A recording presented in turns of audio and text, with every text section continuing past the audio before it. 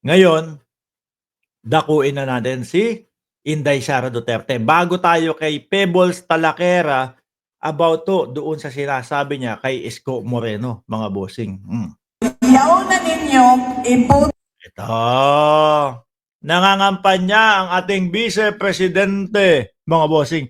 Huwag na ninyong iboto ang mga kandidato ni Marcos. Kaya lang po, madam, ayun po, mga nangunguna. Kaya po ba ngayon talagang pati kayo nangangampanya na? Nasabi nyo nung una wala kayong i-endorse mga senador. Kaya lang alam naman natin bakit ang ating Vice Presidente talagang puspusa na ang kanyang pangangampanya para doon sa mga senador yung tinatawag nilang Duterte-10. Ano po? Plus 2 ball daw no? Kasi 10 yung Duterte-10 tapos dagdagan na lang daw ng 2. O 2 ball. Duterte-10 plus 2 ball. Mga kababayan, bakit to? Kailangan ma-push nila to Kailangan niya ng ilang boto para hindi siya ma-impeach. No? At eto, yung mga senador hindi pa pala mga nananalo. Eto, yung mga posibleng mga maging senador na tutulong para makaiwas si Inday Sara Duterte sa impeachment, mga kababayan. 'Di ba? Si Amy,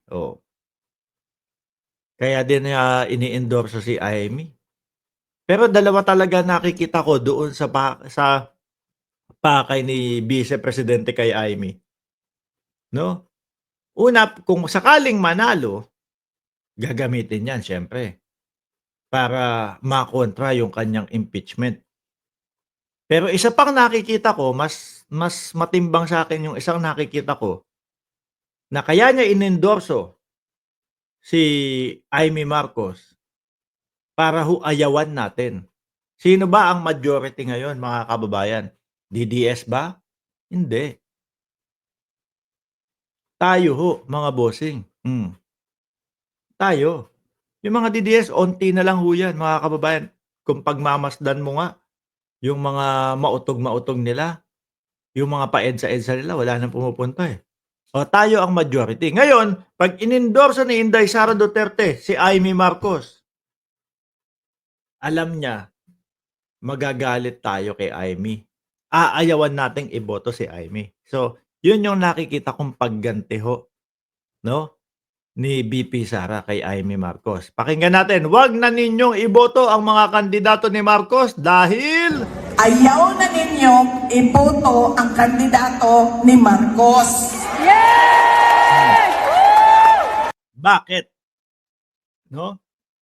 Talagang pangit sila mga mga kampanya, mga kababayan. Panira. Yun yung mga alam nila. Kasi sa kampanyahan, bata pa lang ako, nanonood na ako, mga bossing. No? Bata pa lang ako, nanonood na ako ng mga campaign rally ng mga politiko. Plataporma de gobyerno ang batuhan Ganito ang plataporma namin. Ito yung gagawin namin para sa bayan ninyo. Ito yung solusyon namin para sa bansang Pilipinas. Sila si Sara, si BP. Ang ginawa si Abante, si Benny Abante, si Congressman Benny Abante. Pinakita yung litrato, hinamak, nilait, at wala daw respeto. Yung litrato naman yun, mga kababayan, makikita nyo din po sa Facebook ni Congressman Benny Abante. Yung tipo bang lang, pangkatuwaan lang Pero, ang ginamit nila, panira no? Panghahamak, mga kababayan.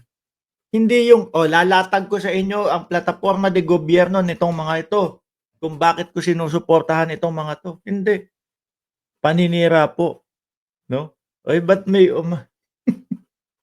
ba't may umiiyak dyan sa TikTok? May umiiyak po sa TikTok, mga kababayan. Ba't may umiiyak dyan sa TikTok? Mga DDS? Uto-uto daw kayo, sabi dito sa YouTube. Sabi dito, sabi ni Janelle Van der Herst sa YouTube. Yang mga DDS na yan, uto-uto yan Kung gusto nyo maging DDS, Huwag niyong gamitin yung utak niyo. O, ganun daw kayo. Sabi ni Ma'am Aba, dog show, mangampanya. Correct. No? Plataporma de gobyerno ang labanan sa kampanyahan, no? Hindi yung sisiraan mo yung ganito tapos wala kang maipapakita. Meron pa, yung kay Chua. Gigil si Inday Sara Duterte kay Joel Chua eh. Kasi si Joel Chua ang nangunguna ho doon sa hearing, doon sa Congress, mga kababayan, yung good government, no? Patungkol po doon sa confidential funds. Ano sabi ni Inday Sara Duterte? Apple Nieto. Ano yata ni Isko yun eh. Nasa lineup yata ni Isko yun. Kunin mo tong mansanas, isubo mo kay Joel Chua hanggang mamatay. Biruin mo yun. Tumatakbo. Ganoon yung mga sasabihin ho, mga bossing. Puro patayan na lang kahit saan. Patayan dito, patayan doon. Kaya sabi nung iba, kaya pala ganun kalaki, no? 20,000 hanggang 30,000 di umano ang nawalan ng buhay nung panahon ng dating Pangulong Duterte. Ano man, kay kaning mga kandidatuhan sila man pod ang nagasulti kay Marcos, okay lang nga dili nimo ihatag imong saad basta paliguin lang mig AX ug tupad ug akap kami na'y bahala. Okay. Dati ho, nung sila yung nagpapamigay niya, sila Bato de la Rosa, okay sa kanila. Pag sila yung nagpapamigay ng mga AX, AKAP, ng mga tupad. Pag iba ho ang nagpapamigay, galit ho sila, mga kababayan. Lang. Actually, sir, tinuod na. Impeachable offense no ilahang gibuhat kay PRD. Impeachable offense daw yung ginawa kay PRRD. Hindi, mas impeachable yung hindi pagpapaliwanag ng confidential funds. Di ba? Mas impeachable yung sinabi mo na ipapapatay mo ang presidente, asawa ng presidente, at pinsan ng presidente. Yun ang mga mas impeachable. Inday. Ano po? That is the betrayal of public trust. Ang betrayal of public trust yung hindi mo ipinapaliwanag sa amin kung saan po napunta yung mga ikinakaltas na buwis sa bawat Pilipino. Yung sasabihin nyo po hindi ako makikipag-cooperate dyan sa Congress. Hindi ako sasagot dyan. Ayaw isagot. Yun ang betrayal of public trust. Pinagkatiwalaan po namin yung ikinakaltas na mga pera sa mga manggagawa kahit sa pagbili ho ng kahit ano.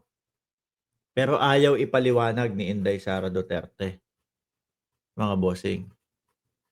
Yun ang impeachable offense, mga kababayan. Pero anyway, iwanan na ho natin to. No? Puro galit, patayan, at paninira lang naman po yung sinasabi nila. Pambansang anay sa lipunan, sabi ni Roberto Carmen.